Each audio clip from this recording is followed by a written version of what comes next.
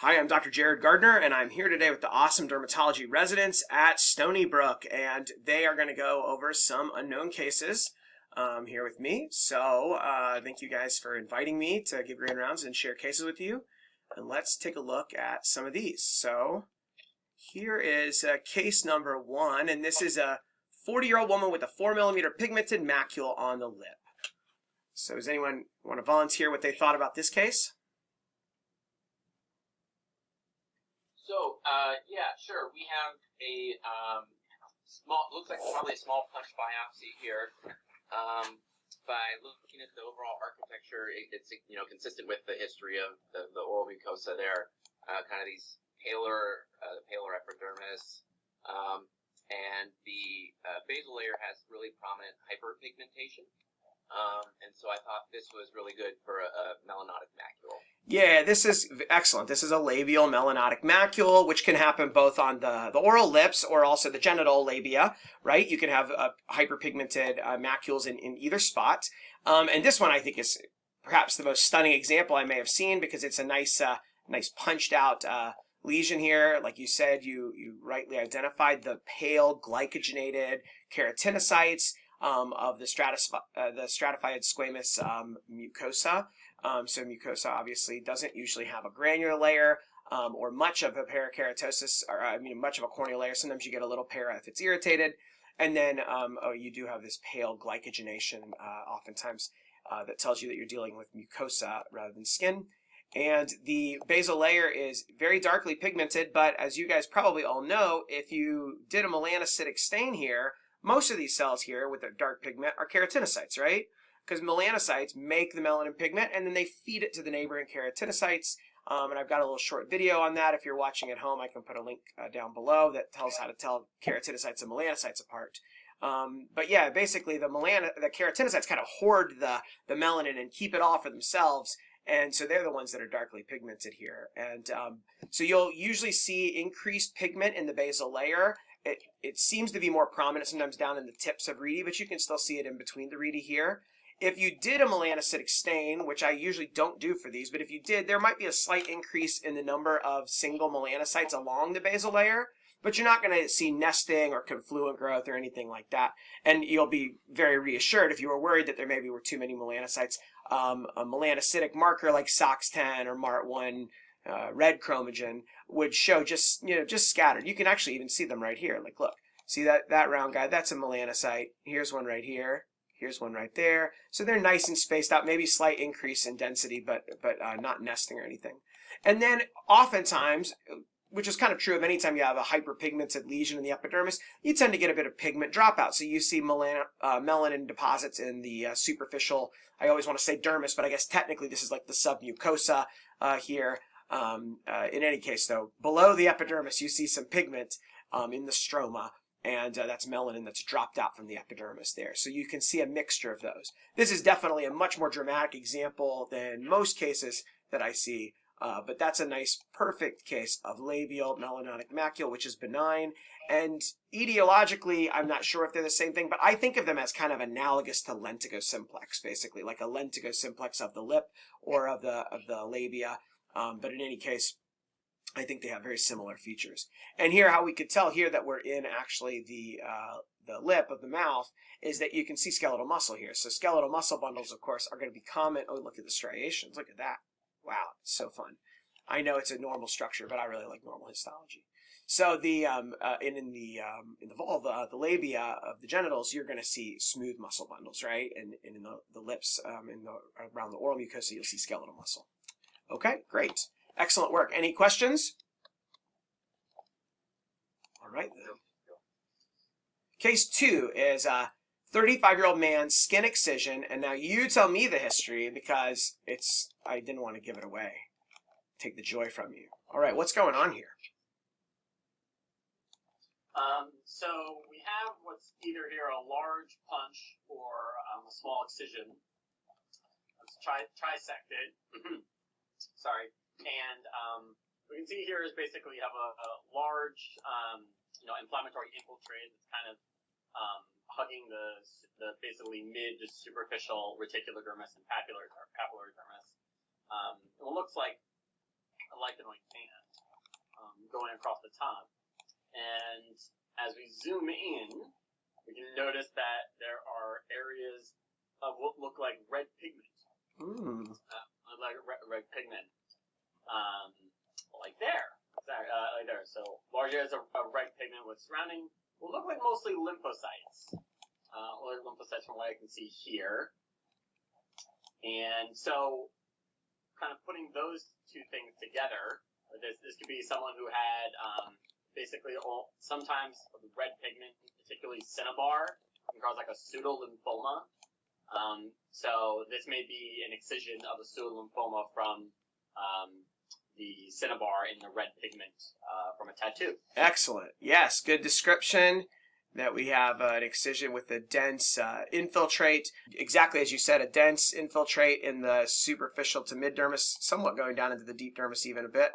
And then when you go closer, it's lymphocytes and also histiocytes. But the histiocytes here, see the cells with kind of grayish pink cytoplasm, those are histiocytes, and then a bunch of lymphs. But they're kind of a diffuse sheet, so kind of vaguely granulomatous, but not well-formed granulomas, right? And then the key, of course, is recognizing the pigment here. And there's red pigment, and as you said, sometimes the red pigment is made from mercuric or cinnabar, and that historically, at least, has tended to be more commonly a cause of inciting a tattoo reaction. And that's what this is. This is a really brisk tattoo reaction that's really producing a kind of pseudo-lymphomatous appearance. If you go over to the edge here, too, you can see it's not just red. There's black also, yeah. And sometimes also, this could even be like, I think sometimes green and black look very similar, like microscopically, like you can barely, some of the colors look a lot like black even when they're not. So recognizing the tattoo is very helpful. And I think this one I thought is so dramatic because look, if you just had a shave and you didn't have the history, I mean, that looks for all the world like mycosis fungoides, doesn't it? I mean, it's tagging of lymphocytes, tons of lymphocytes along the basal layer with little halos around them. You're getting just tons and tons. And there's a little sponge, but there are way more lymphs than you would want in the epidermis for a regular case of sponge derm. So, I mean, it really has dramatic, to me, kind of epidermotropism and tagging appearance, but clearly here, this was clinically limited to the site of the tattoo.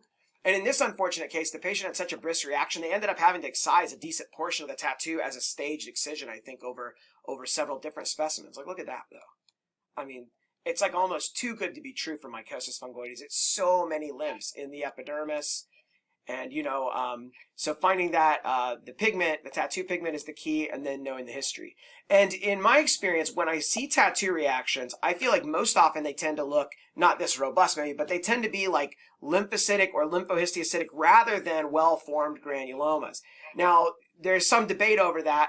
So when you see like a well-formed, like sarcoid-looking granulomas in a tattoo, it's possible that it could be a sarcoidal type granulomatous reaction to the tattoo. But I think, to me, more often, I think the case is that you're actually dealing with a patient with sarcoidosis that is having secondary involvement of the tattoo as part of the Koebner phenomenon and Koebnerization, from the trauma of the tattoo. Of course, putting together the history makes a difference there. I also saw a case of tattoo reaction, interestingly, that was photo produced. It was only when there was exposure to the sun. And I looked it up, and evidently that's a thing, although I didn't know that was a thing. And I talked to several colleagues who had not heard that before. But it was interesting. In that patient, they had multiple tattoos, and only one of their tattoos that they had from a different tattoo artist, only one of the tattoos actually flared up with a response to light, and the other tattoos did not. So I assume probably some different substance in the pigment. So that was a really fascinating case that I saw in the past. And then in addition to all of the epidermotropic appearance, look also that you're getting basically pseudoepitheliomatous hyperplasia, right? You're getting this glassy expansion predominantly of the adnexal structures, right? But you could see how if you got a lot of that, you could start thinking about squamous cell carcinoma maybe a little bit, like up here, right? If you just got a shave on the top of that, this looks like the kind of PEH pseudoepitheliomatous hyperplasia appearance. And of course, you can also get keratoacanthoma or keratoacanthoma-like lesions that arise in the setting of trauma and the setting of tattoos as well. So a variety of different features here. And if you're watching this video at home on YouTube in the future, I will put a link to this digital slide in the video description so you can go explore it, because it's really just it's like one of the most dramatic, exuberant examples of tattoo reaction I've seen. And I think the red ink can kind of be hard to recognize, because from low power, you might think it looks like blood, or you might think it looks like, you know, eosinophil granules, but it really is, once you go closer, you can tell, oh, this is tattoo. Look how much there is of it. And then also, again, a lot of times, I don't know how many tattoos I've seen that are purely red. I feel like if you look around, a lot of times there will be at least some darker color that is, you know, there as part of the lines of the tattoo. So in any case, I don't know how common tattoo reactions actually are. I asked one of my friends, I have several friends who are tattoo artists, and one of them, who's been doing it quite a while, said he's never had a patient that he a client that he knows of, come back and complain about a tattoo reaction, at least. So maybe these are really only a very small subset of people. I'm not sure. How often do you guys see tattoo reactions in your clinic or practice? Not yet. Not yet. Okay, so sometimes in pathology we have a skewed sense, because we see a bunch of stuff in study sets, and we see things that, you know, we have in our collections, and we have a skewed sense of like how common things are, and things that we're like, oh, I see that every, you know, couple times a year. It's because I'm seeing a whole bunch of biopsies from a bunch of different dermatologists who have seen way more patients and only biopsied a subset of those. So it kind of gives me a skewed sense of reality here. But yeah, I just can't get over how dramatic the lymphocytes in the epidermis are there. It's pretty impressive. Okay, tattoo reaction. Case 3, firm papule on the finger, and the clinical impression was rule out cyst. And so what's your diagnosis here? Let's look this up. And I always put that thing in about rule out cyst, because people always want to call stuff cyst. Because, you know, any sort of nodule in the dermis or subcutis is going to look like a cyst, or maybe a lipoma if it's bigger and deeper, you know, and very nondescript. So I've got a whole bunch of different entities, adnexal things and soft tissue tumors and stuff that all were sent in as rule out cyst. So as you guys well know, the only way to really know it's a cyst is either it's got a draining punctum, you know, with keratinaceous debris coming out, or you biopsy it and then we take a look under the microscope to prove it. So, all right. So who wants to try their hand at this spindly thing? So this is a biopsy of a dermal nodule with some spindle and oval cells, which we were thinking were maybe neural or like a perineurioma, because some of the areas look kind of whorled. Very nice. Excellent. Did any other things come up in your differential? We also thought maybe like fibroma or giant cell tumor of the tendon sheath, but it's kind of superficial. There's no hemosiderin. Brilliant. And it's kind of a weird location for like a pen. And we didn't really see cracks or like a neurofibroma. Excellent. Very good. So you perfectly recognize that these cells have that kind of thin, stretched out spindle look with a little bit of kind of buckling or folding or curving of the nuclei that gives you that feel of a neural lesion. But you also recognized appropriately that there is a lot of whirling and swirling in here, both in these kind of sclerotic collagen-rich areas. I mean, if you saw a lot of this, you could think a little bit of like a plywood fibroma, sclerotic fibroma, if the whole thing looked like that. But here there's kind of some more cellular areas also, and as you rightly recognize, there is a whirling and swirling and wrapping kind of growth pattern, and when you see that, you should think of perineurioma, or at least a tumor with perineurial component to it. Let's see up here, I think the whirling is even better up here, somewhere in here. And so, yes, so this tumor, I will show you the stains. And oh yes, I also, before I go on it, make sure I've got this all for the recording. Your other thoughts when I pressed you for it, you nailed the diagnosis right away. But when pressed for additional diagnosis, you said you could think a little about, could it be some other spindle cell lesion that could occur on the hands of feet, like a fibroma of tendon sheath or a giant cell tumor.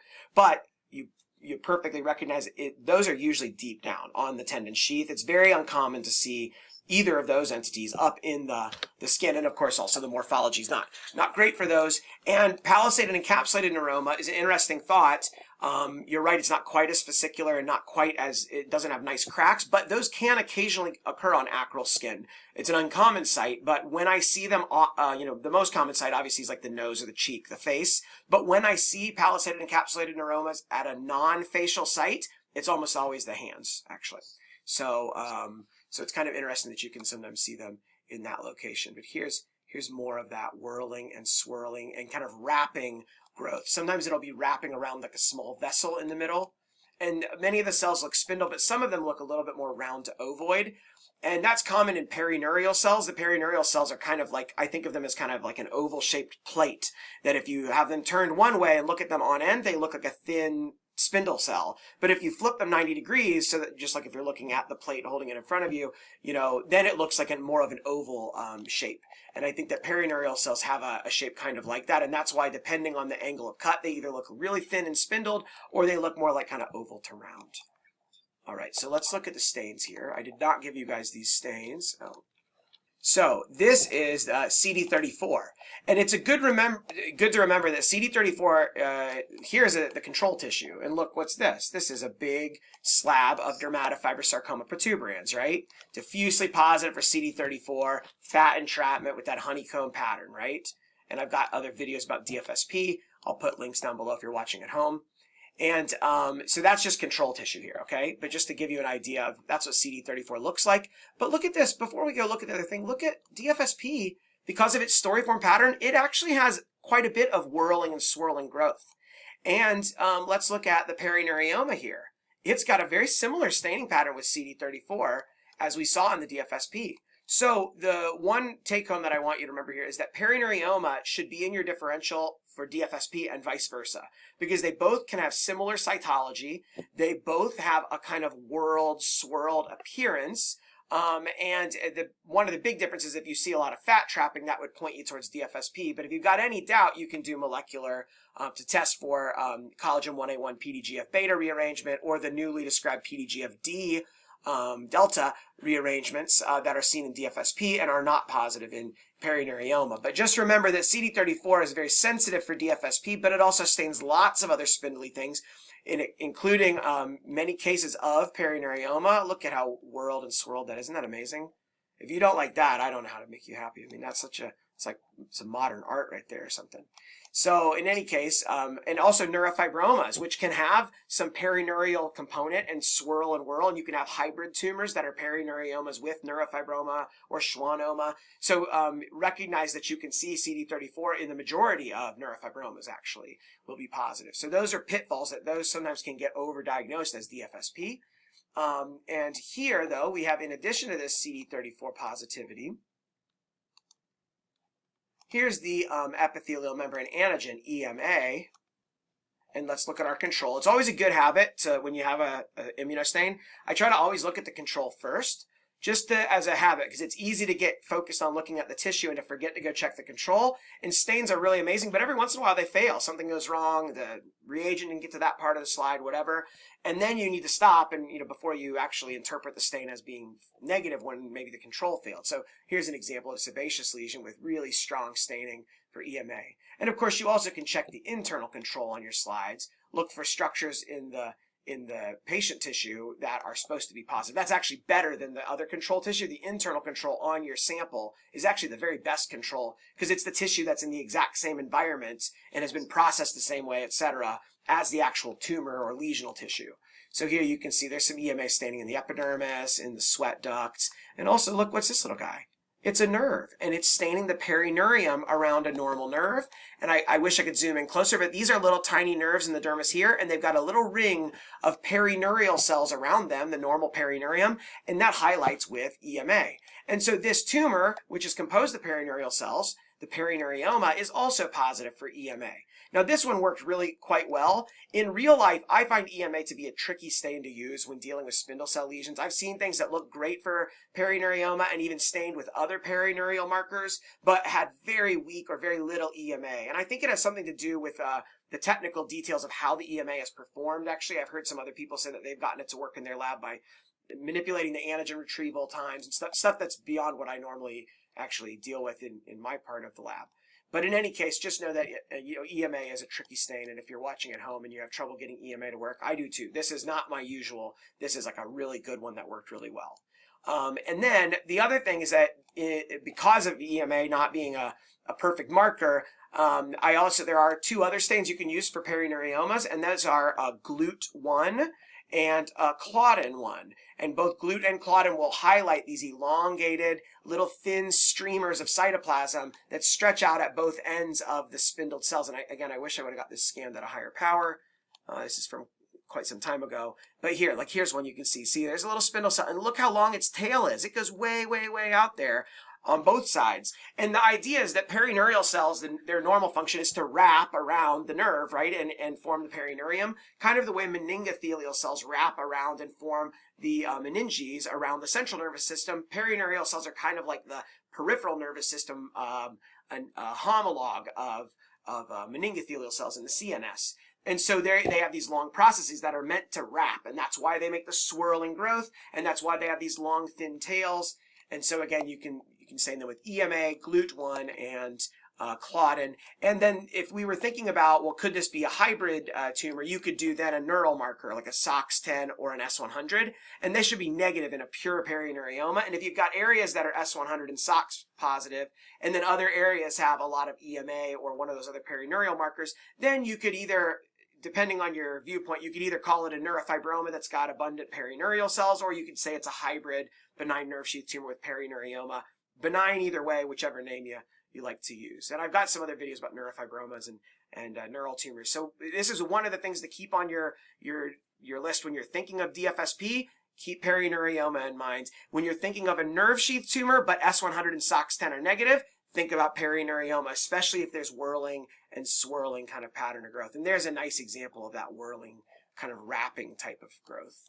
It's quite pretty. I really like these, and these are benign tumors that don't need any special treatment. Simple excision is curative typically. So it's a good tumor to know about because it can get confused potentially with DFSP.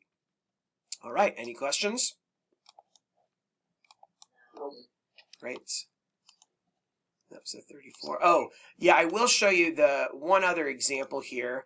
And that one the one I just showed you had some areas of sclerosis, and there is a variant of perineurioma called a sclerosing perineurioma, and it tends to occur on the acral scan, on the hands or feet or digits. And this one is kind of sclerosing, but it's not quite as much so as like the true sclerosing perineurioma. And it doesn't matter. It's just a morphologic variant for pathologists to recognize. There's no difference clinically to my knowledge. But while we're here, I do have one of those pulled up, and here's a nodule. This was a little deeper down. You can tell it's been shelled out because there's no connection to the dermis. It's probably down in the subcutis or near the tendon sheath on the digit, if I recall. And this is much more sclerotic, right? It's like completely hyalinized. And instead of those long, thin, stretched out cells that I just showed you in that perineurioma, sclerosing perineuriomas tend to have a more rounded or oval cells, and they almost make like these little chains or cords in this really sclerotic background. So a very different kind of look. So that's why I wanted to bring this up, because it's another perineurioma. It'll stain similarly to the other one, the conventional type that I just showed you, but otherwise has quite a different appearance that might confuse you at first, because you'd be like, that doesn't look anything like the perineurioma I've seen. And there are some other unusual variations as well. So it's kind of a curious and relatively rare soft tissue tumor that's benign and beautiful. My favorite combination. All right, case 4, and we've got a clinical photo. Thought you guys would like that. Let's look at this one. So here's this red kind of a little plaque or papule, depending on the size of it, and then it's on sun damaged, I think, dorsal forearm, if I recall. Is that erythematous plaque on the dorsal forearm, 60-year-old woman. And then here's the dermoscopy picture. You can see right there. Okay, so who would like to comment on this case? So here we have a shave biopsy, and from low power you can see some increased kind of white spaces, and so you're thinking, maybe there's some increased blood vessels kind of scattered throughout the dermis, and this is occurring in quite a bit of solar elastosis, which is kind of a clinical pathological correlate with the picture that you just showed us. And so we're thinking maybe this was an acquired elastotic angioma. Oh, very good. You guys are too smart. So I like how you recognized right away from low power. Oh, let me get that into focus. Sorry. It's refreshing there. that you recognize right away there's a band of blue elastosis, but there are white spaces there, which probably represent vascular spaces. So that's great. And it's always good to kind of think of, what am I seeing at low power and what does that likely mean when I go in closer? And that's how you get kind of faster and better at pathology, which you're clearly have been very well trained. And since I know the dermpaths who train you, I know that that's the case. So yes, and these vessels by themselves don't look terribly exciting. If you took any one of these vessels, like this one right here, it's a little bit like kind of T-shaped, got like a little downward angle and then goes laterally to both sides. Just one of those, you'd say it's a telangiectasia, right? But here there's way too many to be a regular telangiectasia, and you recognize that these vessels are embedded within this background of really abundant solar elastosis here. And given the clinical of a sun-damaged site on an older adult and a circumscribed round erythematous lesion, a plaque there, that with this appearance that fits perfectly for a relatively newly described entity. I mean, I don't know, not really that new, but it's been around for a while now, but I think a lot of people still are not really familiar with it. That's called acquired elastotic hemangioma or angioma. And these tend to arise on sun-damaged skin in middle-aged older adults. The dorsal forearm is a nice site for it. And when you see them, they have this really distinct appearance of many kind of ectatic, thin-walled vascular channels embedded in the elastosis. And, you always have to be careful when you see a vascular lesion, especially a new vascular lesion, in sun-damaged skin on an older adult, because, of course, that's the kind of clinical history for angiosarcoma, right? Which obviously is very bad. And angiosarcoma sometimes has some dilated channels that don't have abundant atypia, but usually if you have a big enough biopsy, it will have obvious atypia and a very infiltrative growth pattern. But on this, we've got a nice shave. You can clearly see this is like a plate, like a plaque, right? That's just filling the dermis and is very much like an east to west lesion. It's going from the east over here to the west, and it's not going down south. It's not diving deep into the dermis, okay? There's also a little bit of like a pustule over it kind of incidentally in this case. And so that's a nice example. And these are benign, and they're just good to know about because it gives you an answer to why this person has a new erythematous lesion on their sun-damaged skin. And these vessels have a nice bland endothelial lining, single layer, might bulge into the lumen a little bit, but you don't have marked atypia. You don't have dramatic infiltrative anastomotic growth, the kinds of things you would see in an angiosarcoma. So these are kind of an interesting entity, and they're benign, and no further treatment is needed to my knowledge. And here at the edge, you can see there's a little bit of smaller vessels clustered around here too, just to give you a different viewpoint. All right.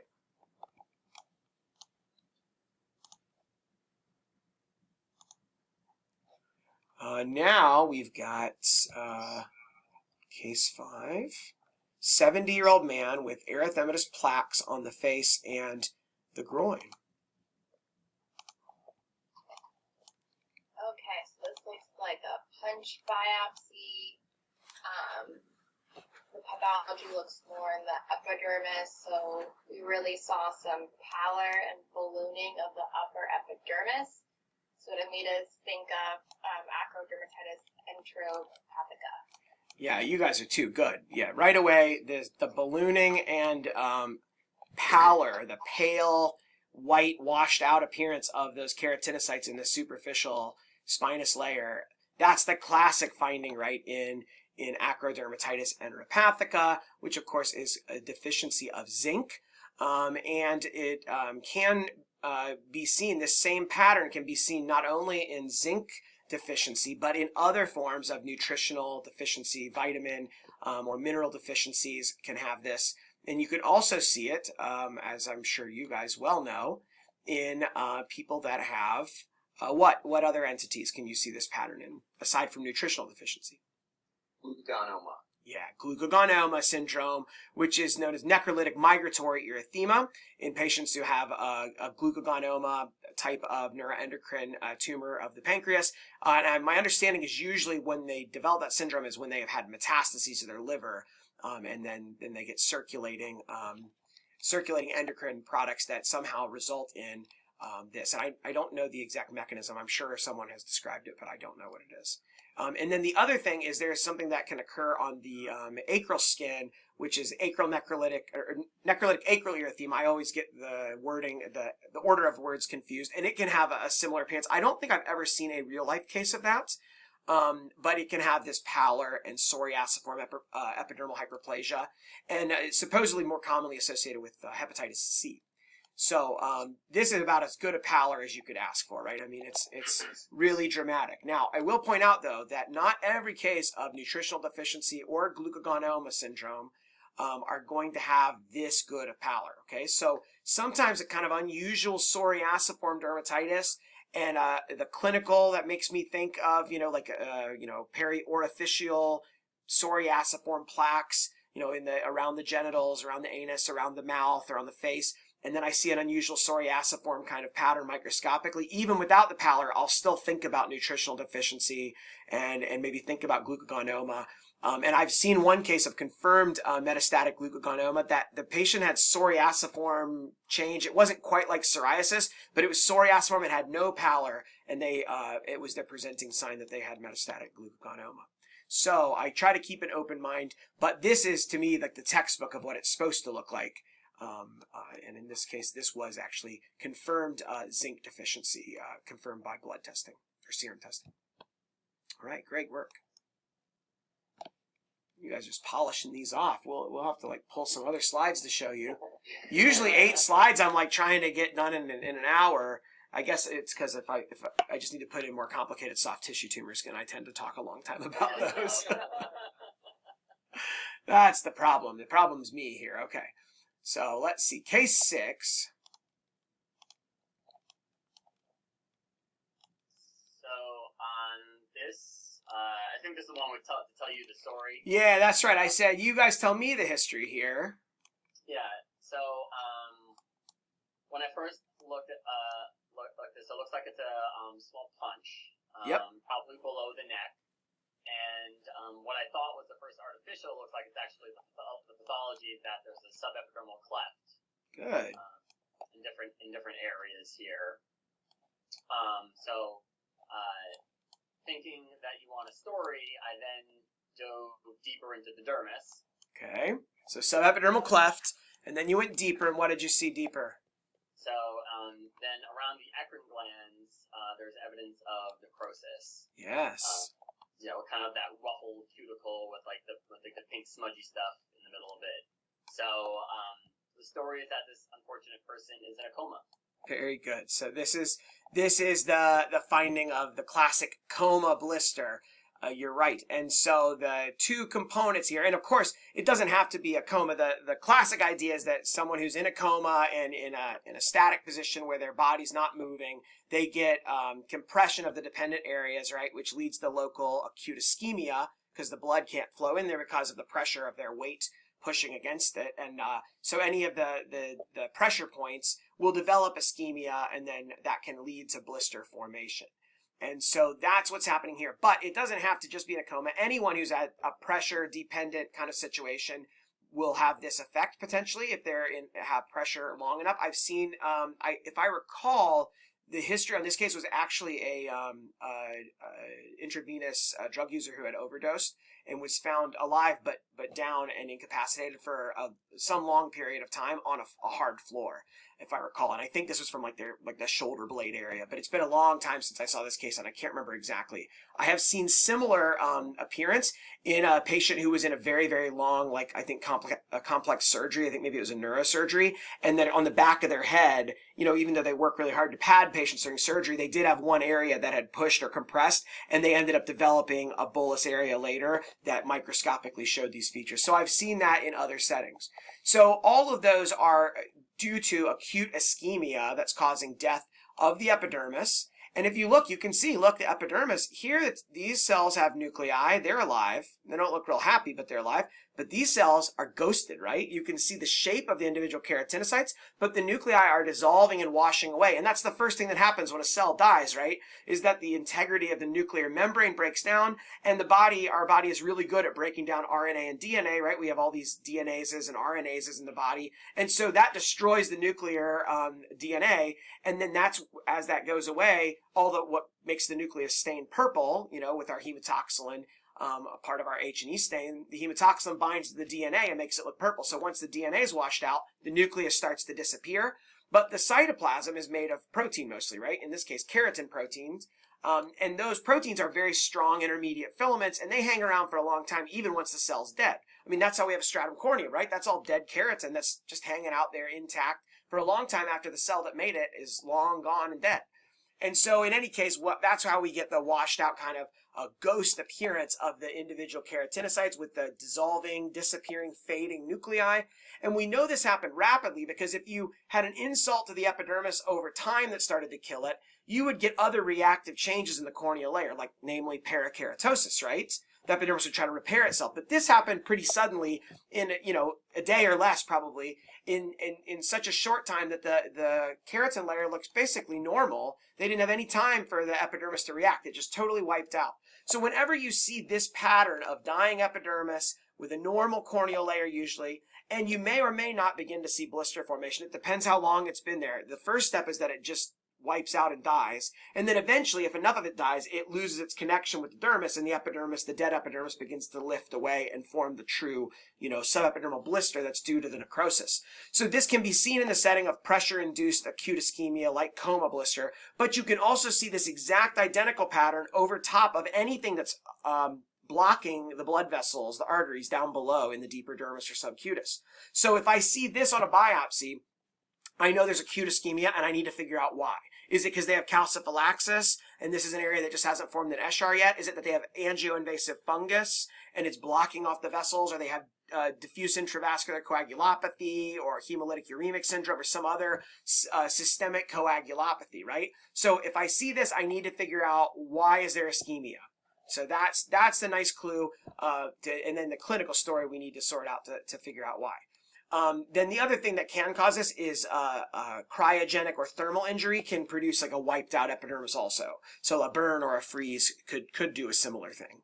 And then as you noted here, the fact that we have this finding in the eccrine coils, that tells us it's not burn or freeze. It definitely is ischemia, because the eccrine coils for some reason are very sensitive to a hypoxic state into ischemia. So one of the first things that you begin to see die when you have acute ischemia is the eccrine coils, and it seems to particularly be the secretory part of the eccrine coil. As the coil transitions into the actual sweat duct, the sweat duct is still, it's got a little bit of degenerating changes and kind of vacuolation here, but it's still alive, right? Its nuclei are still intact, but this stuff is long gone, wiped out and necrotic, right? You see the little tube where the epithelial cells of the eccrine coil used to be, but they're all just mush. They've all died and started to break down, and you can see that process in action right here. So it seems that, and I love this particular slide because it shows so nicely how the coil dies, but the duct part is more resilient, it seems. And so this is a clue also to acute ischemia, is seeing eccrine coil necrosis and epidermal necrosis, and in this case it was due to coma blister pressure-induced ischemia. All right. Very good. Oh, let's look at the other piece to see if there's anything else on that side. I can't quite grab the, there we go. And here's more. Eccrine coil's dead. Eccrine duct still intact. Epidermis dead. Acutely killed with a normal corneal layer and beginning to separate. And for anyone at home who's wondering what all this dark black stuff is, that's just our black ink that we put. We use different colors of ink sometimes to mark margins, and sometimes it gets a little bit messy and unfortunately gets into all the spaces here. Also note this person probably was a darker skin patient because you can see abundant melanin pigment in their basal keratinocytes. Even though the keratinocytes are dead, the melanin is still in there. So, okay, great, good work. Coma blister. All right, case 7. 65-year-old woman with a petechial eruption. This is a little trickier, I think. But let's see how you guys do. We didn't really see much other than the hemorrhage in the dermis in this one, and solar elastosis, so like actinic purpura or like a benign pigmented purpura. We didn't see much else beyond that. Okay. Yeah, this one is a bit more subtle. Let's see. I think this is the best piece.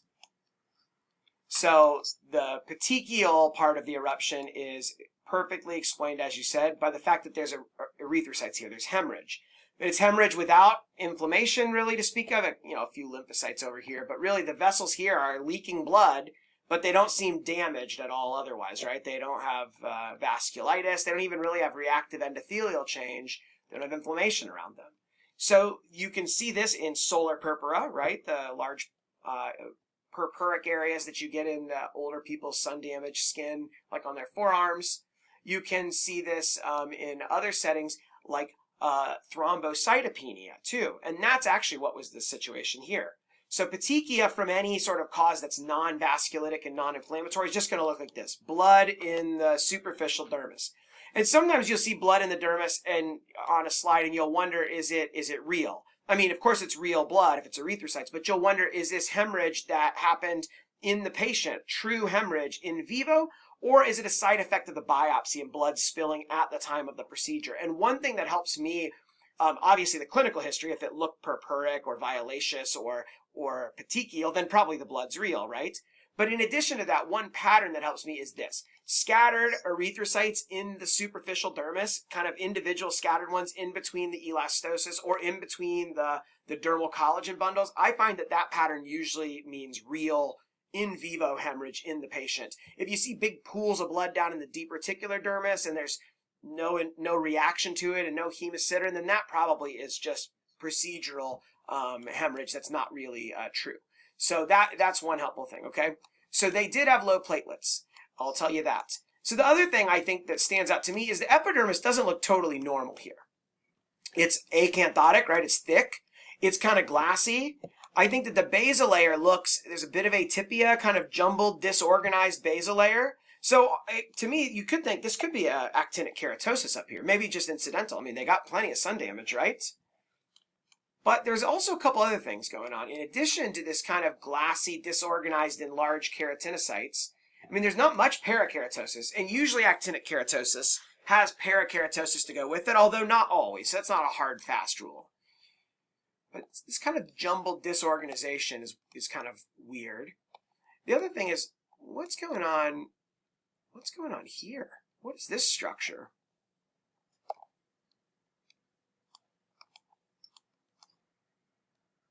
I'll show you another angle. What is this structure? Oh, is that the eccrine duct? Yeah, it's the eccrine duct kind of spiraling its way up to join into the epidermis. And you can actually see barely, but there's that's where the lumen of the duct is. That would probably be the other lumen here. And here, this is just, it's spiraling a little. And so we're just cutting down through it and we can just barely see several cross sections of the duct. So this is, there's the lumen of the duct right there. Yeah, so this is basically the acrosyringium, right? Where the eccrine duct joins up to the epidermis. But the normal acrosyringium does not look like this, right? It looks like normal, it should look like a normal double-layered cuboidal epithelium like you see in an eccrine duct, right? But here it's much more like big, glassy keratinocytes, right? Kind of looks like keratinocytes, like it looks like the epidermis, right? Not like a sweat duct. So it's kind of become squamatized. Same thing here. There's also some dying keratinocytes here too. There's individual like apoptotic cells. So the eccrine ducts, look, that one's unhappy. This one's unhappy. There's a duct, you can see there's the lumen of the duct. This one's unhappy. So when we see this finding of enlargement and kind of the cuboidal cells of the eccrine duct become kind of keratinocyte looking like the epidermis looks, we call that squamous syringometaplasia if you want to get fancy. It's a phenomenon that happens anytime the eccrine ducts get really irritated and kind of traumatized. They react by becoming more squamoid and the cells proliferate and you get like a thickening of the duct lining. So instead of it being a double layer cuboidal, it can become many layers and it tends to get more glassy and keratinocyte appearing, okay? So one place where you see squamous syringometaplasia is like at a biopsy site. That's a great place to learn it. You see an excision of, say, of a basal cell or a melanoma or something that had a previous biopsy. Go look right under where the shave biopsy was, and you'll sometimes see eccrine ducts trying to regrow into the biopsy scar, and you'll see this kind of reactive change. And in the setting of a squamous cell carcinoma excision, I've seen people sometimes misdiagnose little islands of these where they can't see them connect to the top. Like if they just saw a little island, they'll think it's actually a residual cancer, but it's not. See, like right there. the key there is finding the lumen of the duct. But there's a mitosis, you could get kind of concerned. And here there's dying keratinocytes also. So the way to put all this together, and even though, here's better. Look at the atypia here. Atypia, like a actinic keratosis, but it's kind of, it's weird. It's patchy, right?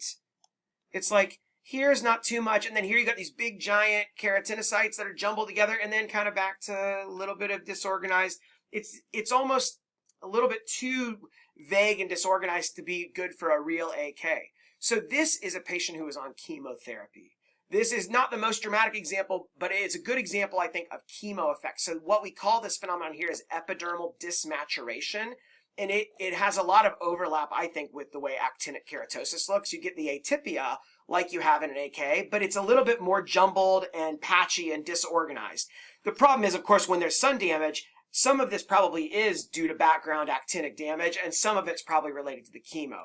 The thing that helped me here is I did know the clinical history of the patient, and also the fact that their ducts are all unhappy. So the reason the ducts are unhappy is that the chemo, some types of chemo, are excreted in the sweat, right? And so whenever I see syringometaplasia in the setting of a eruption type process, I can think about chemo, and I can also think about other drugs, because there's a wide variety of other drugs and medications that can be excreted into the sweat. And then as it comes up through the duct, it may cause a reactive change in the duct epithelium. So I try to keep that in mind when I see weird changes in the eccrine ducts. And so if I cannot remember what the agent was this patient had, and I want to say that they actually received chemo as like induction therapy for a bone marrow transplant. And that explains also why they had wiped out platelets, because all of their counts were low. So they had hemorrhage in the dermis, petechial hemorrhage that was due to the thrombocytopenia, and then they had the background side effect of the chemotherapy. So here I think also that the changes in the epidermis and the sweat duct were not actually what was causing the clinical process. These were just background effects of the chemo that were there. What they were actually after was, why is the blood there? Does this patient have vasculitis? And the answer is no, they just had low platelets. But we also had a nice view at what chemotherapy can do when it irritates the epidermis and associated structures. So one example of chemotherapy associated epidermal dysmaturation and sweat duct squamous syringometaplasia, as well as petechia from thrombocytopenia. So a little bit more of a kind of a puzzle and mystery on that one, with a lot of little pieces to the puzzle. Any questions? All right, great. Let's see. Number 8 is a 20-year-old woman, bilateral groin excision specimens. We got 3 slides here. So here's 1. And then here's 2. We'll go look at all of them. So they all look a little bit different. And then here's 3. And this one was actually processed at a different time, and the H&E from the particular lab or time period that this came from, a lab, was very dark blue, and that's why it looks different from the other 2, in case you're wondering. Just a laboratory side effect. All right, so how do you put all this together? What do you think's going on here? So here, looking at the excision, clearly the pathology is kind of in this mid to lower dermis. You see these cystic structures, looks like kind of filled with keratin debris and a lot of lymphocytes, and then surrounding is a lot of mixed inflammation, seeing some lymphocytes, even a few like eosinophils and plasma cells, and then looking more superficial, you can see some like perifollicular inflammation, and then just kind of putting that with the clinical scenario, we were thinking like HS. Yeah, very good. This is hidradenitis suppurativa. And the reason I wanted to show this is because it can have a range of features, and it's something that I feel like people don't really talk about or teach about the pathology of very much. And probably that's because the pathology of it is not terribly specific. And also, a lot of times the diagnosis is obvious clinically by someone who knows about hidradenitis suppurativa.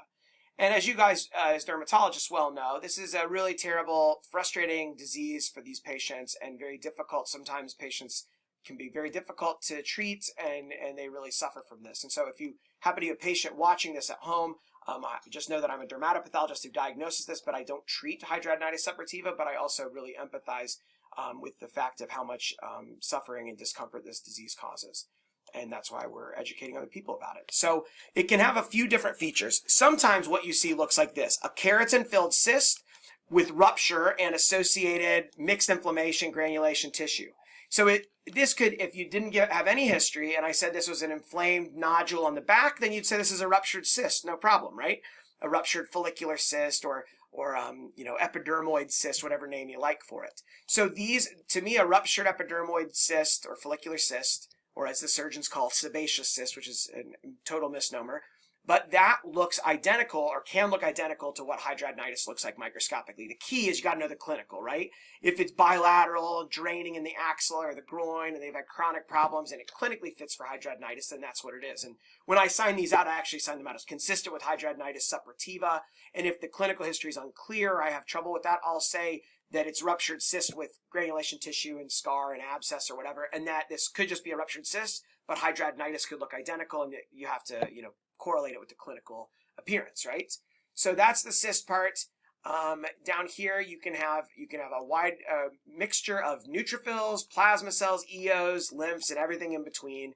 This loose edematous area with the big vessels with plump endothelial cells, this is granulation tissue, of course, which is basically the early form of scar, which will eventually go on over time and get more mature and more collagen production and become scar. So this is a good example to see how it starts with inflammation.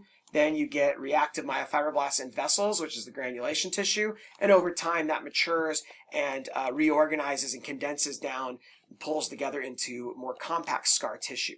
Okay, so any of those ranges there, if I see that and they clinically, you guys are telling me it's hidradenitis, I'll say yes, it's compatible with hidradenitis. So now let's look at two other examples. And in fact, I think these actually may have all come from 3 different patients. I always make up these histories, but in any case, it's to get the point across. This one looks quite different though. You can tell that you're in the axilla or the groin because look, we've got apocrine glands, big apocrine glands. If you need a refresher on apocrine gland histology and you're watching this on YouTube, I'll put a link down below to a little video I have about apocrine glands. And you can see the large nuclei with big nucleoli and these eosinophilic granules and the snouts that bulge into the lumen. But this is not a normal apocrine gland because it's filled with neutrophils, right? It's like neutrophils filling up. So this is kind of interesting because we say hidradenitis, which is kind of like a sweat gland inflammation. But many times in hidradenitis, I don't actually see inflammation within the sweat gland. But this was one case where I did. It's just like loads of it, right? And there are some other diseases that can give you inflammation within the coils of the sweat glands, like neutrophilic eccrine hidradenitis. Although, as the name implies, that's usually the eccrine glands, and it's a medication-associated eruption. And it's usually much more subtle than this. You get some scattered neutrophils, not loads of them, at least in the few cases I've seen. And it's often associated with chemotherapy. So just that's totally unrelated to hidradenitis suppurativa, as you know. But just in case you're watching this and wondering what other things can give you neutrophils in the sweat glands, that would be another thing you could think of. But here, way too much. So these glands are basically like filled with pus, and breaking down. And then here in the dermis, right around them, you have basically what looks like an abscess, right? An infectious abscess could look identical to this. And so that's the setting of, if I saw this as a solitary lesion, I might decide, well, should I do a gram stain and look for bacteria? When it's in the setting of obvious hidradenitis clinically, I do not do any organism stains personally, usually, because I feel like obviously hidradenitis is, despite all the inflammation, is not a primary infectious process, and it is actually a kind of complex immune mediated process that I still don't fully understand. And then this is a look at, these are reactive blood vessels here, right? So reactive vessels can look pretty wild and weird and have really big endothelial cells. So it's good to study granulation tissue whenever you get a chance so that you can get a feel for just how weird reactive changes can look. That thing right here with the mitosis and those big endothelial cells, that is a reactive blood vessel in granulation tissue. There's nothing worrisome whatsoever about this for malignancy or anything. So it's good to see just how weird vessels can look when they're reactive, just how weird the epidermis can look when it's reactive. Study things where you know it's not cancer and there's a lot of reactive change, and then you'll be more comfortable when you deal with those. If this is the advice for any of you going into dermpath, well, that's you got to make sure that you recognize reactive processes. But this could otherwise be an abscess, could be a ruptured cyst that led to an abscess, or in this case, it was all actually kind of an abscessed area of hidradenitis suppurativa. And then the final one was basically the same kinds of things, only this one was just all granulation tissue with some little pockets of neutrophil abscess. And sometimes what you get is this, like the neutrophils wash out, and so you basically have a pseudocyst that's like a big nodule of granulation tissue with a hole in the middle that's either washed out neutrophils or kind of a fluid filled. So you can have this kind of pseudocystic space that's not lined by any epithelium, and that's like right here. This is another pattern that I see sometimes in hidradenitis, like these pockets that are pseudocystic appearance, and I think they're really kind of an artifact of washed out neutrophil-rich areas. So that is just an example of 3 different kind of patterns that you can see microscopically in hidradenitis. And of course, again, this is not usually a diagnostic dilemma because usually these were all removed by a surgeon or a dermatologist for treatment purposes for the patient, not for diagnosis. But in any case, it's still good to know what to expect when we deal with those cases. Any questions on this? Nope. Awesome. Hey, well, we finished up our hour. I managed to drag out a few of these long enough to get the full hour out of these 8 cases. I hope you guys enjoyed. Thank you so much for inviting me. It was really fun. And everyone watching at home, thanks very much for watching. Thank you. Have a great afternoon, guys.